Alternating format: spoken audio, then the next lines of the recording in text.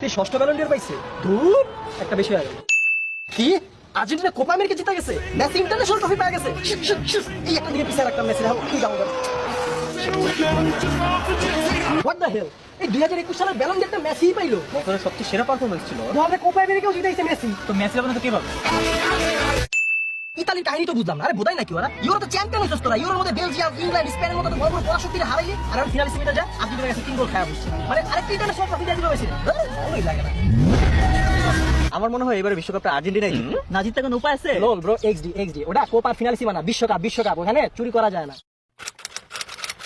Look who we are the dreamers, we make it happen. फटा जाए बुक्का फटा जाए